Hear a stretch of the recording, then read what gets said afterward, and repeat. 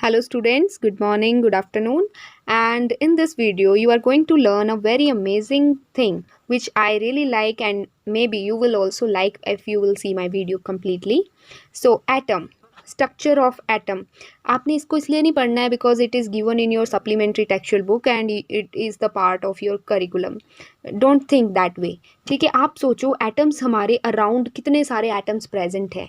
तो पहले आपको पता होना चाहिए कि एटम है क्या. तो एटम जो है generally basic thing, basic particle, जो छोटे से छोटा पार्टिकल वो है एटम. कोई भी चीज़ बनी हुई है, चाहे आप जिस पे चेयर पे बैठे हो, आप सोफ़ा यूज़ कर रहे हो, बेड बॉक्स, जो भी आपके अराउंड है that is made up of atom. और वो इतने छोटे पार्टिकल होते हैं कि आप उनको ना डिवाइड कर सकते हो, ना ही आप उनके फर्दर पार्ट्स बना सकते हो. एंड आपको ये जान के बड़ी अमेजिंग थिंग लगेगी कि जैसे पेन है मेरे पास, इसके पॉइंट पे आपके पास billions of atom particle present होंगे, बिलियंस. और जो एक नमक है या चॉक पाउडर होता है, जो छोटा पाउडर बन जाता है जब चॉक का, तो आप सोचो कि उसमें भी कम से कम मिलियन ऑफ एटम्स प्रेजेंट होंगे. So you can not even imagine the size of atom. So what is an atom? An atom is the smallest, हम डिवाइड नहीं कर सकते, indivisible particle of an element which can take part in any chemical reaction. So now you understand that what is an atom. And now let us discuss the composition of an atom. Composition का मतलब है कि किस किस चीज़ से मिलके atom बनता है. तो यहाँ पे बेसिकली 3 मेन बेसिक फंडामेंटल्स है. 1 2 3. कौन कौन से? सबसे पहले proton, neutron and third is electron. अब आपको पता लग रहा होगा, आप पिक्चर देख सकते हो यहाँ पे. तो यहाँ पे जो सेंटर है, सेंटर में बीच में आपको यहाँ पे न्यूट्रॉन्स दिखाए हुए हैं, प्रोटॉन्स दिखाए हुए हैं. ठीक है, सेंटर के बीच में न्यूट्रॉन एंड प्रोटॉन होते हैं. तो इनकी लोकेशन भी आपको पता लग गई that where are neutron and proton present. तो ये पिंक कलर के आप देखो कि ये आपके प्रोटॉन है एंड ये ब्लू कलर के मैं नीले से कलर के न्यूट्रॉन बना रही हूँ. ठीक है, तो नीले कलर वाला आपका न्यूट्रॉन आ गया and blue colour pink colour का आपका प्रोटॉन आ गया. ठीक है, I am just giving it outlook.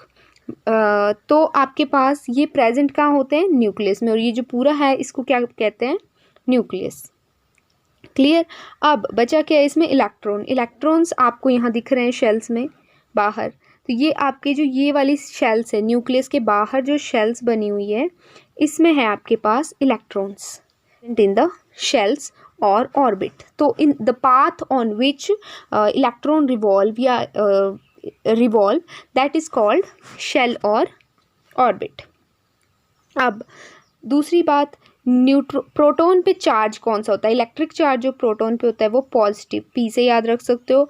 और जो न्यूट्रॉन पे चार्ज होता है वो न्यूट्रल, मीन्स ज़ीरो चार्ज. इसके ऊपर कोई चार्ज नहीं होता, तो you can consider it zero. So here on electron, electron पे चार्ज होता है माइनस, नेगेटिव. ठीक है, if suppose you will be given here question related to it, +2 +3 -1 0 -4. अब आप मुझे इन डिजिट्स को देख के बता सकते हो कि कौन सा चार्ज किसका है. तो जैसे सबसे पहले मैंने आपको बताया +2 चार्ज किस पे होगा? प्लस का है, पॉजिटिव है, it means it is the charge on proton. ये प्रोटॉन है. और जो नेगेटिव है दैट इज़ इलेक्ट्रॉन. तो इलेक्ट्रॉन आपका नेगेटिव है. -4 क्या है? इलेक्ट्रॉन. ये और 0 किस पे बताया था? Neutron, means no charge at all.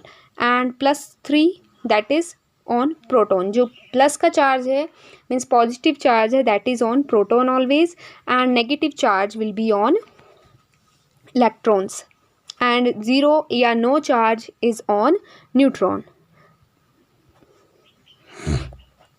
Now you will be clear that proton has positive charge, electron has no charge, neutron has no charge and electron has negative charge. ठीक है, अब इनकी डिस्कवरी किसने की? ये भी क्वेश्चंस आ जाते हैं आपको। Proton discovered by, neutron discovered by and electron discovered by. Atomic mass को हम कैसे मेजर करते हैं, इसको हम किलोग्राम या ग्राम में मेजर नहीं करते, इसके लिए स्पेशल यूनिट होती है एटॉमिक मास यूनिट। तो one by one electrons are discovered by Thomson proton, protons are discovered neutron by and electron. So let's begin. Protons are discovered by Goldstein.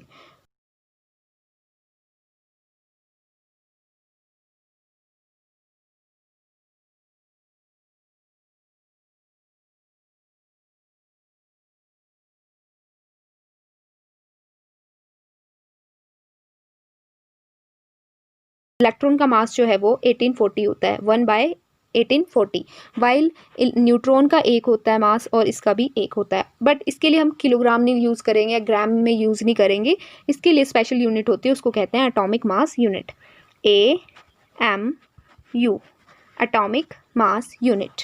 Okay, 1 AMU. Now you will be clear after watching this table. So here there is the properties of particles of an atom. Particles कौन कौन से? 3 particles मैंने आपको बताया, electron, neutron and proton, here given. ठीक है, so first one particles आपके पास प्रोटॉन, इसका एटॉमिक मास यूनिट कितना है? 1, एंड चार्ज इस पे होता है positive, and where is the location? I told you, in nucleus. Similarly neutron, neutron की लोकेशन भी आपकी न्यूक्लियस में है, 1 एटॉमिक मास यूनिट है। डिफरेंस क्या है? सिर्फ इलेक्ट्रिक चार्ज का। There is only one difference between these, electric charge. Neutron has neutral charge या ज़ीरो चार्ज लिख सकते हो आप इसको, and while proton has positive charge. So this type of question will be asked in exam. Differentiate the proton and neutron. तो आप कैसे differentiate करोगे उनको? They are located at same place, mass is similar, so they are different in electric charges. And similarly electron has charge mass 1/1840. ठीक है, 1/1840.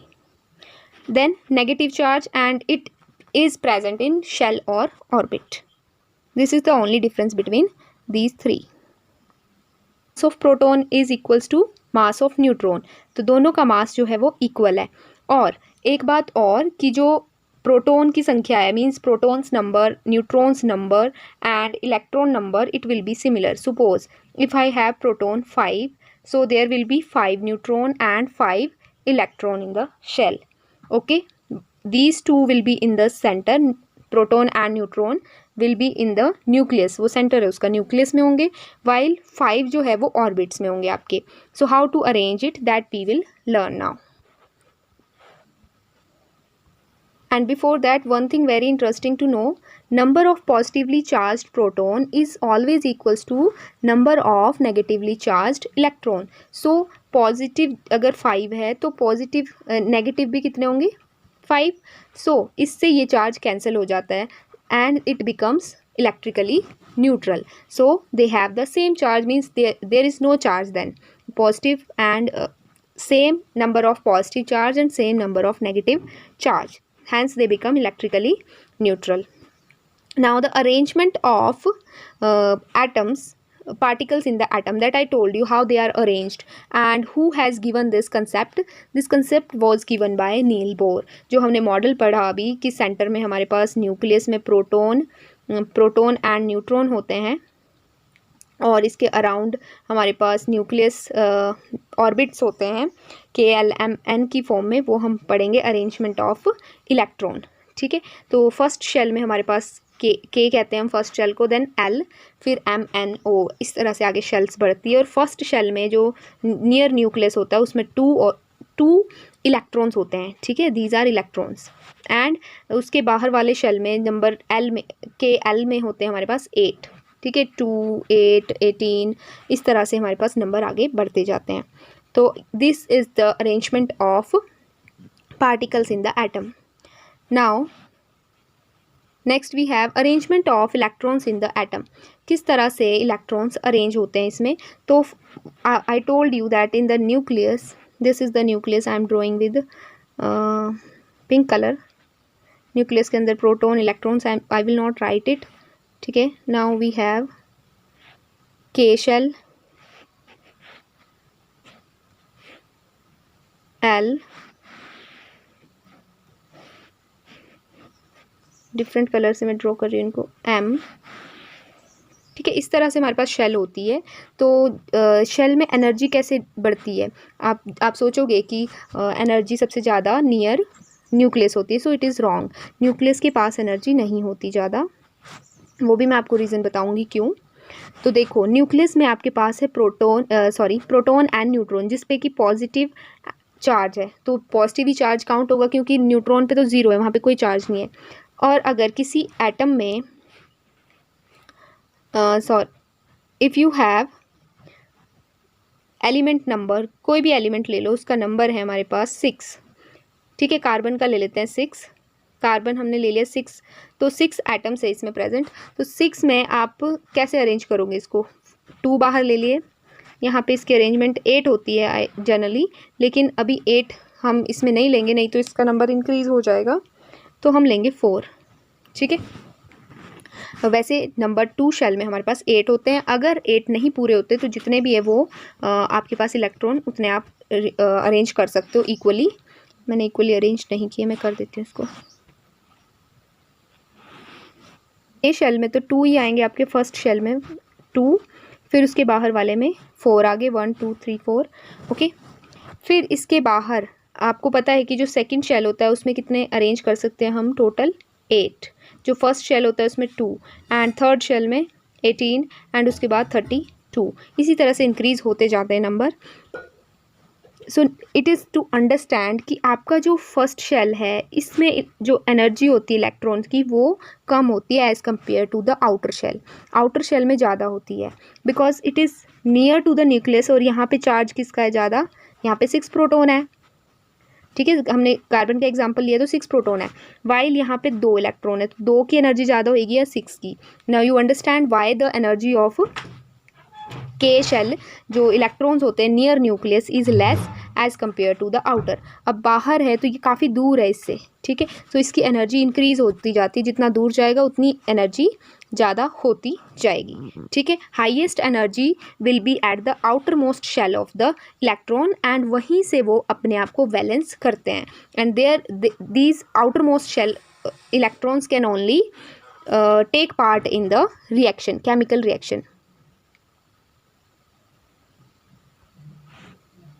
So now it's obvious that outermost shell of an electron is at the high energy level. All right, electrons होते हैं इसमें।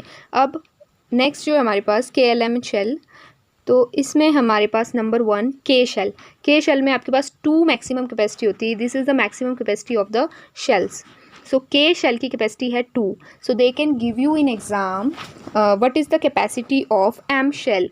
तो M shell की आपने capacity लिखनी है 18, तो इसको आपने रिवाइज कर लेना है अच्छे से।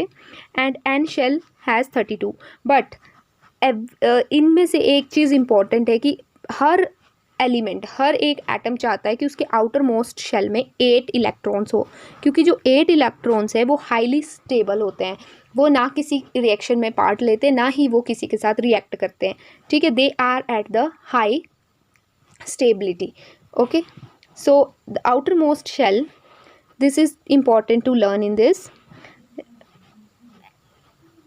that having 8 electrons in the outermost shell makes the atom very stable, and that's why they try to accommodate 8 electrons, और इसकी वजह से वो 8 electrons अपने outermost shell में रखने की कोशिश करते हैं। कि अगर के शेल है, सिर्फ एक ही शेल है, न्यूक्लियस के बाहर ओनली 1 शेल है, के ही शेल है, तो उसमें तो 2 ही होंगे आपके। ठीक है, वहाँ पे वो 8 लाने की कोशिश नहीं करेगा, किसी से कंबाइन करने की वो कोशिश नहीं करता। फॉर एग्जांपल हीलियम, आपने हीलियम को सुना होगा कि बहुत ये एक स्टेबल स्टेट पे अपनी, ना ये किसी के साथ ज़्यादा रिएक्ट करता है। ठीक है, लीस्ट रिएक्टिव है ये, because it is already stable, ये किसी से कुछ चाहता ही नहीं है कि हाँ मुझे मिले।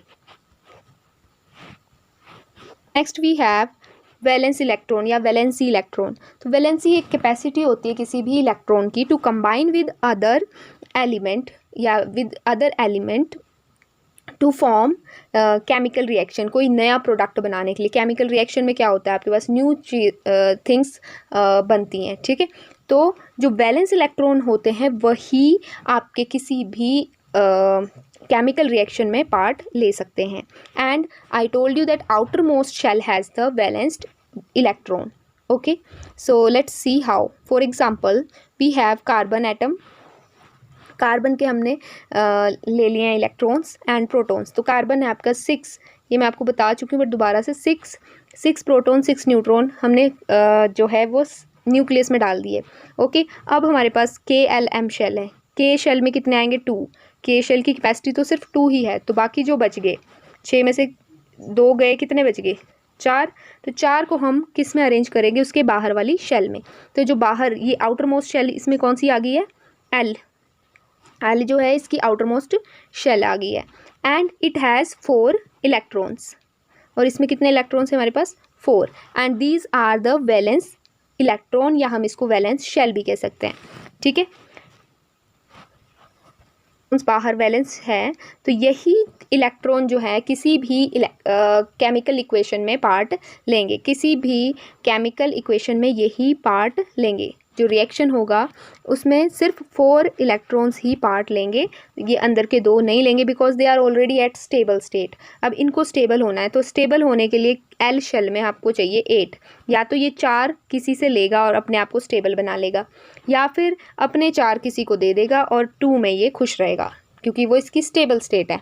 Okay, and I told you why it is required to valence electron.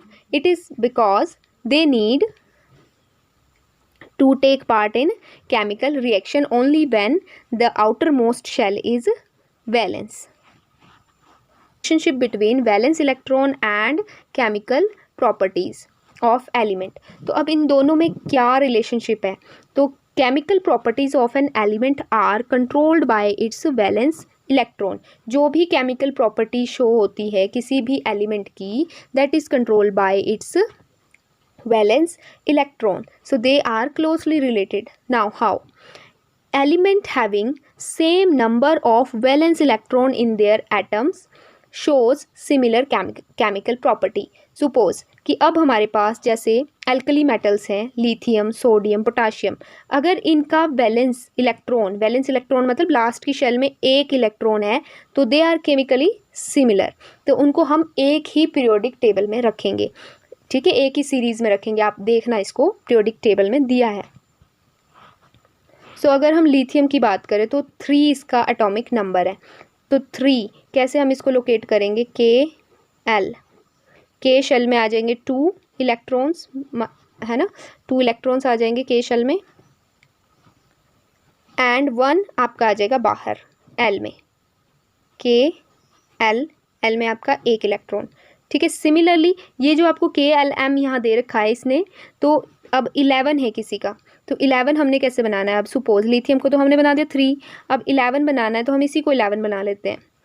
2 8 capacity है इसकी, तो हम इसको 8 ले सकते हैं यहाँ पे, 7 8। ठीक है, ये हमने ले ली 8, तो बने कितने 10, टोटल 10 हो गए।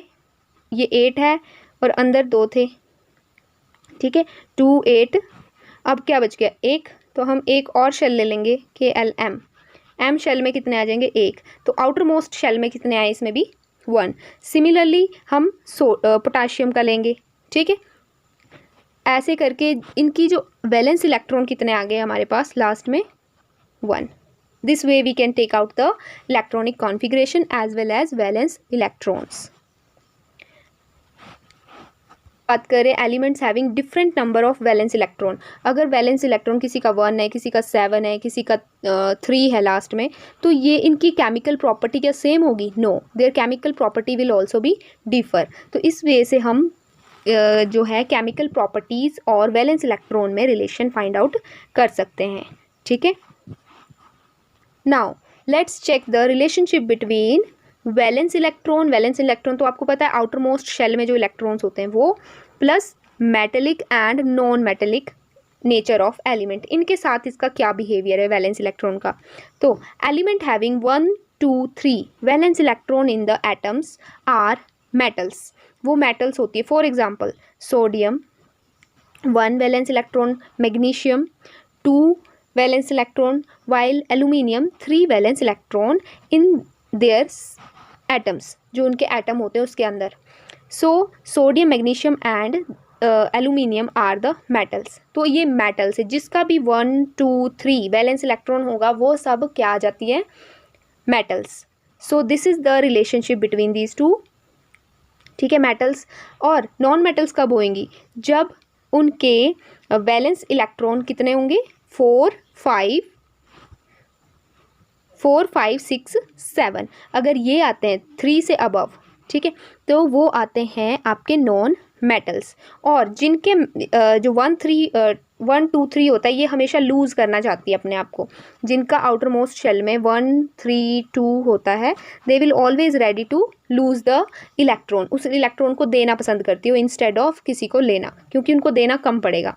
सिमिलरली जो 4 5 6 7 है, ये इनके पास ऑलरेडी ज़्यादा मटेरियल है, तो ये किसी से इलेक्ट्रॉन लेना पसंद करती है, ठीक है।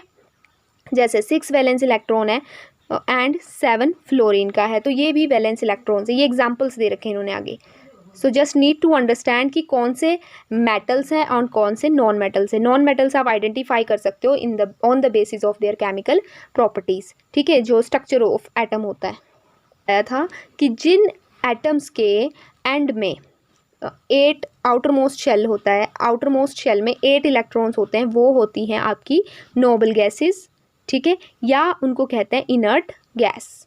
ओके, जो आपका नोबल गैसेस का टेबल पीरियोडिक टेबल में अलग से उनको हाईलाइट किया हुआ है, इनर्ट गैस, क्योंकि इनका जो आउटर मोस्ट शेल है वो स्टेबल है।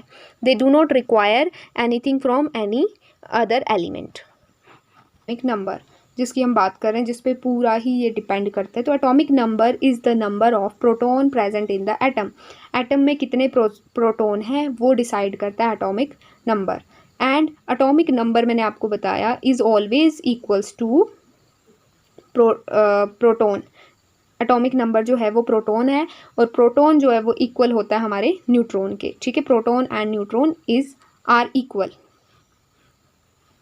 And how do we represent it, atomic number इतना बड़ा नहीं लिखते हम, जस्ट लिखते हैं इसको ए, कैपिटल ए, ठीक है, letter by capital A. So A is equals to proton, and proton को हम कैपिटल पी नहीं लिखते, small P. So let us discuss about the atomic mass, what it is. I told you that mass number या atomic mass is written as M, capital letter M से हम इसको denote करते हैं, और इसको मेजर करने के लिए हम क्या यूज़ करते हैं, A M U, atomic mass unit. And what is atomic mass? That I told you that the sum of proton and neutron. Neutron and proton को जब हम ऐड करते हैं, जो कि न्यूक्लियस में लोकेट होते हैं, तब हमें एटॉमिक मास मिलता है। Okay, so if I have carbon 6 proton है मेरे पास, तो 6 ही आपके पास क्या होंगे, न्यूट्रॉन। तो 6 प्रोटॉन एंड 6 न्यूट्रॉन को आप ऐड कर दोगे, यू विल गेट 12। सो 12 क्या आ गया आपका, atomic mass unit. I told you that we write mass of atoms in AMU, atomic mass unit. This is the measuring unit of mass in atoms. Now for example, अब आपको ये भी पता होना चाहिए कि सबस्क्रिप्ट और सुपर सबस्क्रिप्ट क्या है इसमें। For example, if any element x, कोई भी एक्स एलिमेंट ले लिया हमने सपोज करके, ठीक है, having atomic number A and atomic mass M, तो उसको हम रिप्रेजेंट कैसे करेंगे, एक्स एम ए। तो एम क्या है आपका, वो सुपरस्क्रिप्ट में लिखना है आपने ऊपर, और सबस्क्रिप्ट में आप क्या लिखोगे, ए। तो एटॉमिक नंबर आपने नीचे लिखना है। आप ध्यान ऐसे ही समझ लो लोकल लैंग्वेज में कि जो एटॉमिक नंबर है वो आपका नीचे होगा, और मास नंबर जो है वो ऊपर लिखा होगा किसी भी एलिमेंट के ऊपर। जैसे सपोज एग्जांपल ले लिया हमने हीलियम का।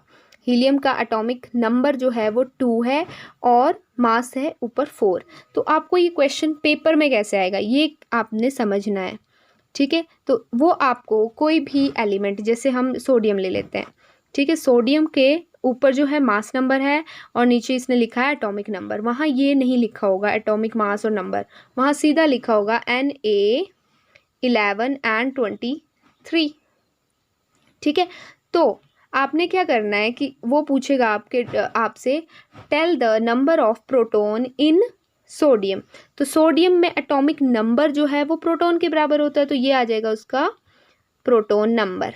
ठीक है, न्यूट्रॉन भी आपके प्रोटॉन के बराबर होता है, तो न्यूट्रॉन एंड प्रोटॉन क्या आ जाएंगे 11। सिमिलरली इलेक्ट्रॉन भी आपका सेम होएगा, तो इलेक्ट्रॉन भी आप निकाल सकते हो 11। ठीक है, एटॉमिक नंबर तो आपको पता होना चाहिए कि atomic number is equals to proton and that is equals to neutron and that is equals to electron.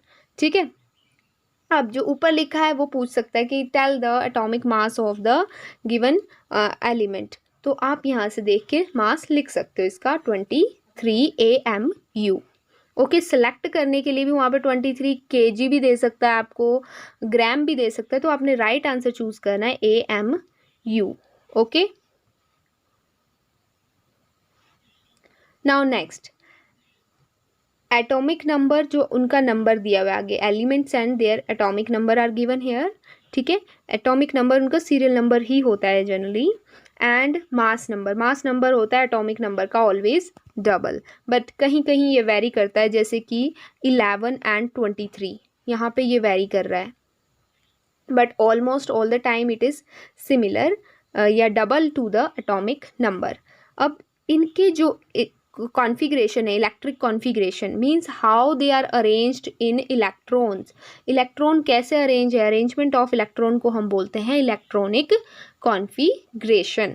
ठीक है, arrangement of electron in an atom, तो मैंने आपको वो समझाया था कि सबसे पहले वाले में हमारे पास के शेल में हमारे पास 2 एटम्स होते हैं, सॉरी इलेक्ट्रॉन्स होते हैं न्यूक्लियस के बाहर। ठीक है, फिर के के बाद एल में मैंने आपको बताया था 8 होते हैं, एंड इसी तरह से एम में 8 होते हैं या 18 होते हैं। ठीक है, बट जनरली 8 ही रखते हैं, क्योंकि जो 8 है वो स्टेबल है, हाईली स्टेबल है। क्लियर। एंड अब देखो यहाँ पे मैंने आपको बताया था कि जिनकी आउटर शेल में 1 होता है उनकी केमिकल प्रॉपर्टीज़ सेम होती है, तो यहाँ पे किस किस की प्रॉपर्टी सेम है हमारे पास, पोटाशियम, सोडियम एंड लिथियम की। ठीक है, इसी तरह से जिनकी 2 है लास्ट में 2 इसकी है यहाँ पे बेरिलियम, फिर आपके पास है magnesium and then you have calcium, तो इनकी भी क्या है इलेक्ट्रॉनिक केमिकल प्रॉपर्टीज़ सेम है, जिनकी 3 है उनकी सेम है, और ये पीरियोडिक टेबल में भी इसी अरेंजमेंट में होंगे। आपको वहाँ पे बेरिलियम के नीचे बोरोन नहीं मिलेगा, आपको बेरिलियम के नीचे वहाँ पे क्या मिलेगा, मैग्नीशियम। ठीक है, जिनकी केमिकल प्रॉपर्टी सेम होती है उनको एक टेबल में वो रखा जाता है। Any one electronic configuration with its KLMN shell, तो हम उठा लेते हैं 18 आर्गन। ठीक है, 18 की हम इलेक्ट्रॉनिक कॉन्फ़िगरेशन निकालेंगे जैसे इन्होंने निकाली हुई है, and we will show it in structure. So सबसे पहले आपका आता है न्यूक्लियस, न्यूक्लियस में आपने प्रोटॉन न्यूट्रॉन डाल देने। ठीक है, फिर के शेल, L M N। ठीक है, 18 लेने हमने, 18 को अरेंज करना है इलेक्ट्रॉन्स को। So how to arrange it, see here, पहले में तो आपके 2 ही जाएंगे, ओनली 2, फिर सेकंड में आपके 8 आएंगे, कितने हो गए टोटल 18। ओके, 6 7 8। अब बाहर वाले में फिर से 8 डालेंगे, 8 मैंने आपको बताया था कि स्टेबल स्टेट होती है, तो हम 8 जनरली लेते हैं, 5 6 7 8, तो 8 हमारे पास इसमें आ गए। देन इससे अगले शेल में कितने आएंगे, कितने हो गए 8 और 8 16 2 18, तो ये आपके टोटल कंप्लीट हो गए, and it is at highly stable state. Okay, जिनके आपको मैंने ये भी बताया था कि जिनके लास्ट शेल में, आउटर मोस्ट शेल में 8 होते हैं, they are comes in inert gas state. Inert बोलते हैं उनको, INERT, इनर्ट गैस स्टेट बोलते हैं, noble gases. So it has 18। अगर हमने पोटाशियम लिया होता तो हम 8 इसको यहाँ फिल करते और एक जो है वो बाहर आउटर मोस्ट शेल में आता, तो 8 उसका वैलेंस इलेक्ट्रॉन है, और यहाँ पे 8 वैलेंस इलेक्ट्रॉन है इसमें आर्गन में, तो आपके ये हाईली स्टेबल स्टेट में आ जाता है। Okay, have another example of hydrogen atom. इन्होंने ऑलरेडी बनाया हुआ है प्रोटॉन 1 न्यूट्रॉन 0। आपको ये जानना बहुत ज़रूरी है कि न्यूट्रॉन 0 है ना, इसमें एक भी न्यूट्रॉन नहीं है, तो वो हाइड्रोजन एटम है। ये क्वेश्चन जनरली आता है। Which element do not have one of the fundamental particle. तो आपका ये फंडामेंटल पार्टिकल है न्यूट्रॉन। 3 फंडामेंटल पार्टिकल होते हैं, न्यूट्रॉन, प्रोटॉन एंड इलेक्ट्रॉन। तो इसमें इलेक्ट्रॉन 1 है और प्रोटॉन 0 है। ठीक है, no proton, sorry no neutron. तो only hydrogen is having no neutron. और इसका जो आउटर मोस्ट शेल है ये भी स्टेबल नहीं है, इसमें एक ही इलेक्ट्रॉन है, तो ये किसी ना किसी के साथ अटैच अपने आप को रखता है। मीन्स ये फ्री है, ये सभी के साथ अटैच हो जाता है। ठीक है, so another example you have of sodium. Sodium को हम Na लिखते हैं, ऐसे नहीं लिखते। ये भी आपको मैंने बताया था कि मोस्ट ऑफ द लेटर जो है हमने लैटिन वर्ड से लिए हुए हैं। ठीक है, क्योंकि उनके जो लैटिन वर्ड है उनमें ही उनका नाम लिया गया है। तो और अल्फ़ाबेट भी हमारे पास पूरे नहीं है, 26 ही है, तो इसलिए हम कईयों को, जैसे हाइड्रोजन है तो उसको H दे दिया, हीलियम को HE दे दिया। ठीक है, सेकंड अल्फ़ाबेट लेटर। बट तब भी हमारे पास पूरे नहीं होते, तो हम लैटिन के वर्ड्स एज इट इज उठा लेते हैं। सोडियम, सोडियम में पहले में 2 ही आएंगे, 11 है टोटल। ठीक है, 2 देन 12 आपके पास न्यूट्रॉन है इसमें, एंड इलेक्ट्रॉन कितने हैं 11। ओके, इलेक्ट्रॉन है आपके 11, तो आपके कितने आ जाएंगे इलेक्ट्रॉन 2 आगे, फिर 8 एंड लास्ट में कितने रहेंगे थर्ड शेल में 1। ठीक है, लास्ट में कितना बचा 1, क्योंकि 8 एंड 8 + 2 हो गए आपके 10 फर्स्ट वाले शेल, फर्स्ट K और L में, देन M में आ जाएगा आपके पास 1 electron. Similarly we can do of any element, जैसे कैल्शियम का लिया है इन्होंने 20, तो इसमें सब कुछ 20 है, इलेक्ट्रॉन 20 है, प्रोटॉन 20 है, न्यूट्रॉन 20 है। तो आपने इसको सिमिलर वे में अरेंज कर देना है टू इट।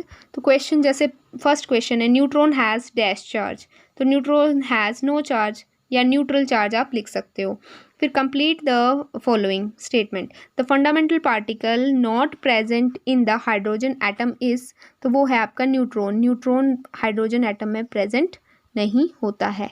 ठीक है, then third question, the charge on a neutron in dash and charge on an electron is dash. तो न्यूट्रॉन पे आपके पास न्यूट्रल चार्ज होता है, NEUTRAL न्यूट्रल चार्ज होता है, while electron has negative charge. ठीक है, NEGIVT लिख सकते हो, या माइनस करके ऐसे लगा सकते हो नेगेटिव चार्ज। ठीक है, then next are easy, you can do by your own, numericals है based on it. So an atom containing 3 proton, 3 electron and 3 neutron, so what will be the atomic number. Atomic number तो क्या आता है, proton के बराबर तो 3 आ गया atomic number. Okay, किसी भी एलिमेंट का। And the mass number, mass number कितना आएगा, प्रोटॉन प्लस न्यूट्रॉन, तो प्रोटॉन और न्यूट्रॉन को जोड़ देना है आपने, कितना आ जाएगा मास नंबर एग्जैक्टली 7। ठीक है, 3 और 3 को नहीं जोड़ना, इलेक्ट्रॉन को नहीं जोड़ना आपने इसमें। ठीक है, मास नंबर होता है आपका प्रोटॉन एंड न्यूट्रॉन का सम, तो 7 इसका आंसर आ गया।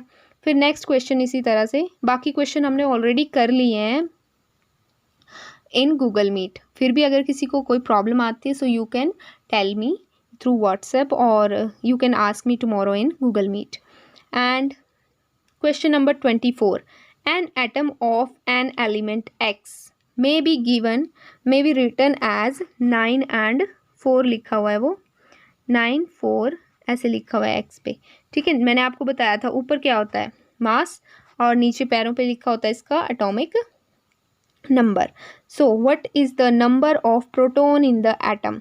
अब प्रोटॉन क्या होता है, इक्वल टू एटॉमिक नंबर, तो 4 आ गया इसका protons. Then what is the number of neutron in the atom, neutron कितने हैं इसमें, अगर 4 और 4 8 होता तब तो यहाँ पे 4 आते, लेकिन 4 + 5 है, 4 में 9 में से 5 माइनस करके भी आप निकाल सकते हो, ठीक है। मास नंबर में से प्रोटॉन को माइनस करके न्यूट्रॉन निकल जाएगा, क्योंकि जो न्यूट्रॉन है that is the sum of proton, जो मास नंबर होता है वो सम होता है न्यूट्रॉन एंड प्रोटॉन का। तो आपके पास प्रोटॉन दिए हुए हैं एंड मास नंबर दिया हुआ है, दोनों चीज़ें दी है, तो मास में से आप इसको माइनस कर दो, then you will get the neutron easily. So the 5 is the right answer for it, ठीक है। 5 इसका न्यूट्रॉन नंबर है। What is the number of electron in the atom X? तो इलेक्ट्रॉन कितने होते हैं इक्वल्स टू प्रोटॉन, तो electrons कितने होंगे इसमें? 4, ठीक है। 5 नहीं लिखना है इलेक्ट्रॉन्स। 21st, सो 21st में इसने दिया है an element M has the mass number 24, mass दिया है, एटॉमिक नंबर भी दिया है 12।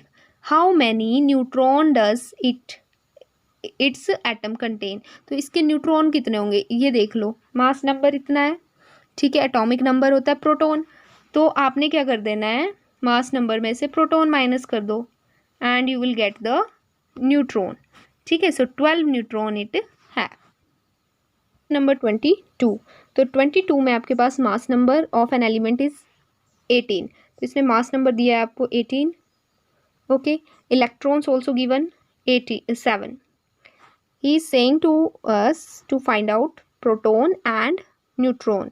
तो प्रोटॉन कितने होते हैं हमारे, इलेक्ट्रॉन के बराबर होते हैं, तो आपके पास क्या आ गए, प्रोटॉन और इलेक्ट्रॉन 7, ठीक है। प्रोटॉन आपके पास आ गए, तो अब आपने न्यूट्रॉन निकालना है, तो न्यूट्रॉन को कैसे निकालोगे, 18 में से 7 को माइनस कर दोगे, बिकॉज प्रोटॉन यू गेट 7, -7 कितना आ जाएगा, 11। तो 11 क्या है आपके neutron, and what is the atomic number of that element? Atomic number किसके बराबर होता है, प्रोटॉन के, एंड प्रोटॉन था आपका 7, सो 7 इज़ द एटॉमिक नंबर, ठीक है।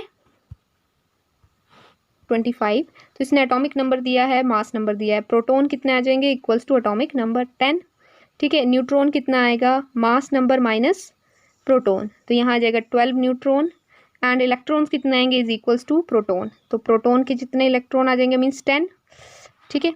एंड सिंबल क्या होगा, 10 किसका एटॉमिक नंबर है, नियोन का एटॉमिक नंबर है, तो वहाँ पे आप नियोन लिख दोगे।